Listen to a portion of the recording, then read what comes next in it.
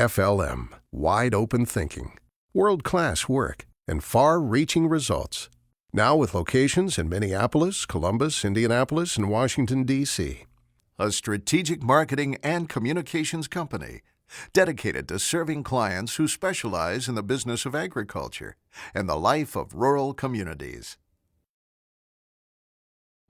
Thank you for joining us for our Agri-Pulse Washington Week in Review. I'm Spencer Chase, joined as always by Agri-Pulse senior editor Phil Brasher, discussing the week that was, agriculturally speaking, in Washington, D.C. And the big news out of Washington this week doesn't particularly relate to agriculture, but we want to make sure that we inform you of it, and then we'll get to some more agricultural specific things that happened this week. Obviously, the big news out of Washington this week is House Republican efforts to roll back Obamacare and introduce their own piece of legislation, the American Health Care Act, in its stead. We're not going to take too deep of a dive into that because the agricultural implications of their policy directly relating to agriculture is limited. Obviously there's going to be some policy relating to farmers because farmers are American citizens that buy health care. But we just want to make sure that we bring that up because that's something that's going to obviously take up a lot of legislative oxygen in the coming weeks as the House tries to move that bill across their chamber, move it over to the Senate, and presumably, or hopefully if you're a Republican, onto the desk of President Donald Trump.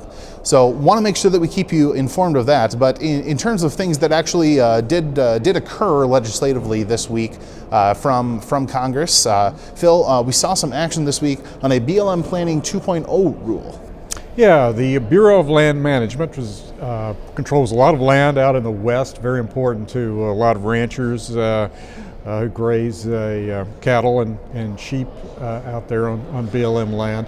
At the end of the Obama administration, the BLM had come out with new regulations for a planning process that was in terms of how they make management decisions on how that land is used. And there was a lot of opposition to that in the agriculture and ranching community because it would have opened up the public input process. Really, they felt beyond the local and regional interest in local BLM offices, and so they wanted to kill it. The Senate took the last step that Congress needed to take to do that. They voted on party lines earlier this week to pass a resolution that will kill the rule. It already passed the House back in February.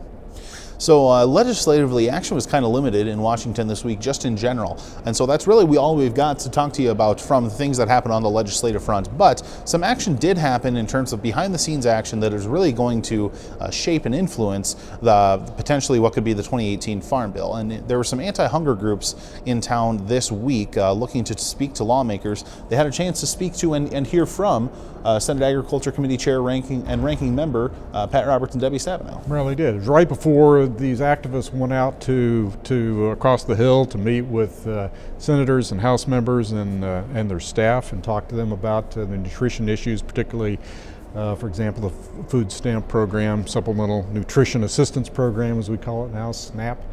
The message that they got from Chairman Roberts and from Ranking Member Stabenow is, first of all, don't split the Farm Bill and get that message to the Hill. Senator Stabenow, the ranking Democrat on Senate Agriculture Committee, said if conservatives over in the House split the Farm Bill, there will be no Farm Bill. And that was the message she wanted to convey. Senator Roberts basically said the same thing, but he also said that there were going to have to be some changes in the food stamp program. There's a lot of interest in strengthening the work requirements for able-bodied adults that don't have children. So that's likely going to be an issue in the Farm Bill. But the overriding message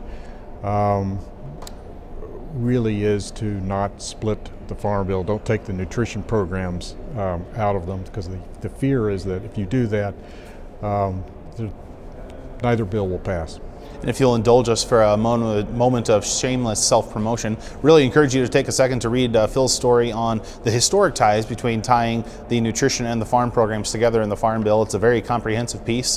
Really encourage you to take a look at that. But moving on to the events of this week, speaking of Senator Roberts, we know that Vice President Mike Pence was on Capitol Hill talking to a lot of key Republicans up here, and one of those key Republicans he had a chance to talk to, Senate Ag Committee Chairman Pat Roberts. Right.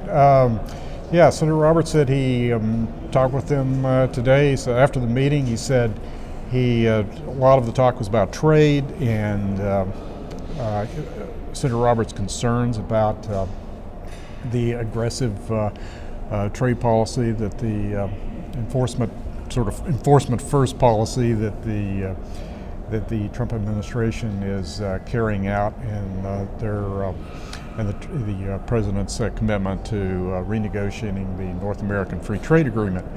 I believe that the president is going to be meeting with some farm and agribusiness interests to talk about these issues. The other thing that they talked about was the nominee for Agriculture Secretary, Sonny Perdue. Mm-hmm. And anything in particular come out of that? I mean, I know you reported in Agri-Pulse Daybreak that paperwork should be arriving sooner rather than later, but I mean, anything in particular come out of that conversation with Vice President Pence? Well, the Senator Roberts said the Vice President was surprised that they didn't have the paperwork already. And Senator Roberts says he expects to have it soon, and so that he can go forward with the confirmation hearing. What the word that we got from the spokeswoman for Sonny Perdue is that it would be getting to the committee soon. So we'll see. We're keeping an eye on it, and watch Agri-Pulse.com. We'll let you know as soon as we hear when that nomination hearing is ready to go forward. Mm-hmm. A lot of ag groups hearing of the Commodity Classic last week. A lot of ag groups anxiously anticipating that confirmation hearing should it arrive. And I want to close with just kind of another tidbit that arose out of Phil's conversation with Senate Ag Committee Chair Pat Roberts here just a little while ago. He's headed back to Kansas for a look at some of the devastation from the wildfires back in that area. I know Texas, Oklahoma, and Colorado. I believe New Mexico has also been impacted. Certainly, if you've seen some of the images, a lot of devastation there. We had a story up on agripulse.com on that. It's certainly, as I'm sure a lot of you know, agricultural producers, they're not just losing property. That's a devastating loss of livelihood, and really takes an emotional toll when we're talking about the loss of livestock, especially from such an unpredictable and really unpreventable manner. So certainly, if you're the charitable type, I know there's a lot of donation avenues that have been made available, either through money or product or time or services, whatever you feel comfortable doing. I'm sure there's a lot of folks that would be very, very appreciative of your help at this point in time. But I think that's going to do it for the news out of Washington this week. For Phil Brasher, I'm Spencer Chase. Have a good one.